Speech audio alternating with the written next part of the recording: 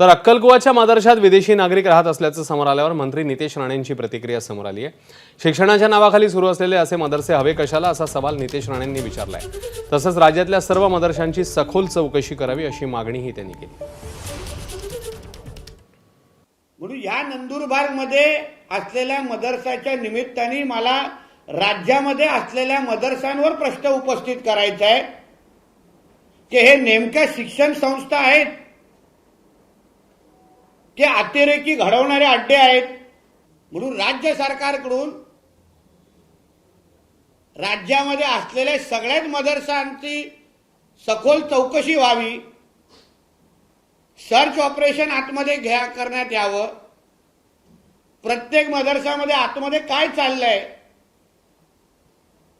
मुलांच्या शिक्षणाच्या नावाने सुरू केलेले हे मदरसे ह्याच्यामध्ये अगर अतिरेक्यांना पोचण्याचं काम होत असेल तर असे मदरसे आम्हाला हवेत कशाला।